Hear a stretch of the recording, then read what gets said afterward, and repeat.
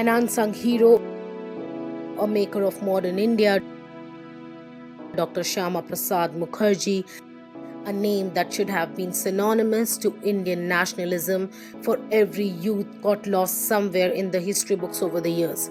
A barrister and an academician, Mukherjee was a torchbearer of nationalism. He was the youngest vice-chancellor of the University of Calcutta at merely 33 years of age.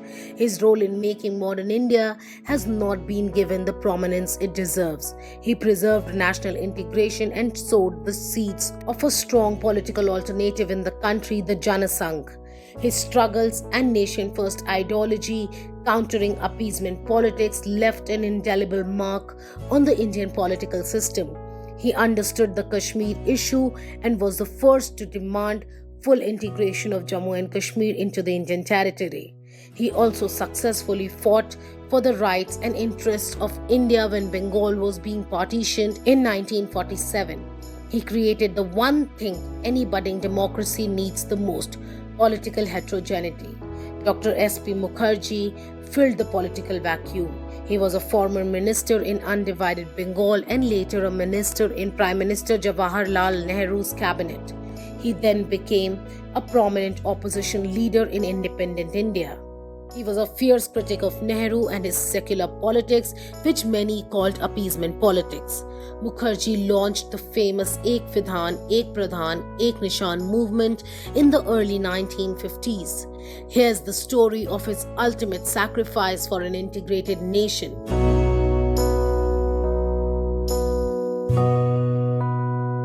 Mukherjee always considered the imposition of Article 370 in J&K and the permit system at the time as big obstacles to India's integrity and sovereignty. एक देश में दो विधान, दो प्रधान और दो निशान नहीं चलेंगे. On June 26, 1952, Mukherjee said that there cannot be two political systems with two prime ministers and two emblems in a democratic and federal India. Mukherjee saw the differentiation of rights and privileges of the citizens in one state from the other as detrimental to India's integrity and unity.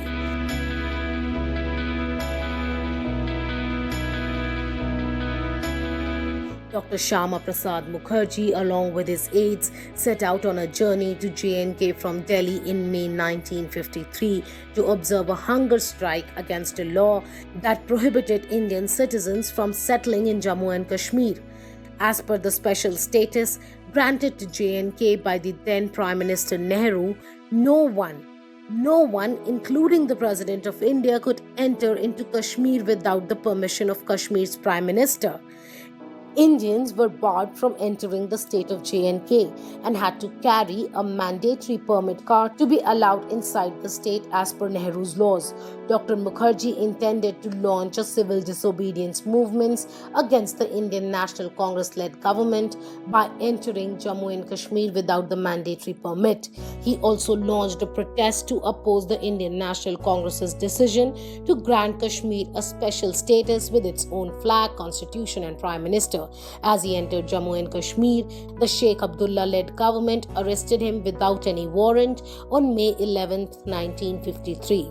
He was then jailed in a dilapidated house almost in the middle of nowhere, far away from the Srinagar city. Mukherjee had a history of health complications, but despite these health-related issues, the Jammu and Kashmir government treated him like a petty offender. In early June, Dr. Mukherjee's health suspiciously deteriorated. On June 20th, he was given streptomycin, even though he informed the doctors that he was allergic to the drug. With his health continuously deteriorating, Dr. Mukherjee requested the superintendent of the jail to inform his relatives about his illness, but no such intimation was sent. Before the bulletin of his death, no bulletin on his health was issued by the government. When the doctor suggested that Mukherjee should be immediately moved to a nursing home, shockingly, the jail superintendent at the time asked him to get an order from the district magistrate. Dr. Mukherjee, after huge negligence and delay, was taken to a gynecological ward in a state hospital and not to any nursing home. Post his suspicious death in judicial custody, the then government did not carry out any post-mortem, in total disregard for the rule. His body was not even allowed to be brought to Delhi and was directly flown to Calcutta. Mukherjee's mother, Yogmaya Devi, wrote to Nehru seeking an investigation into her son's mysterious death, but this request too was turned down.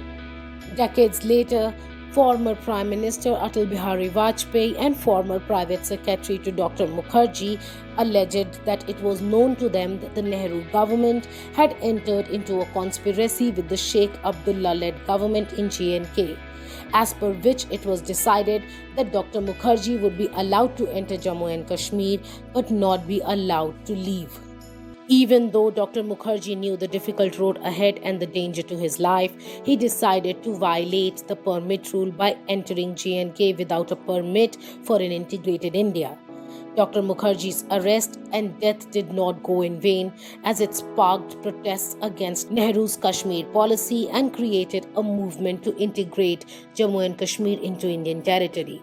To date, all mysteries regarding the arrest and death of Mukherjee remain unsolved. Dr. Mukherjee's understanding, prudence and activism is the reason because of which a part of Bengal and Kashmir could be saved and integrated to India. For his struggles, he sacrificed his life for the country at the age of 52.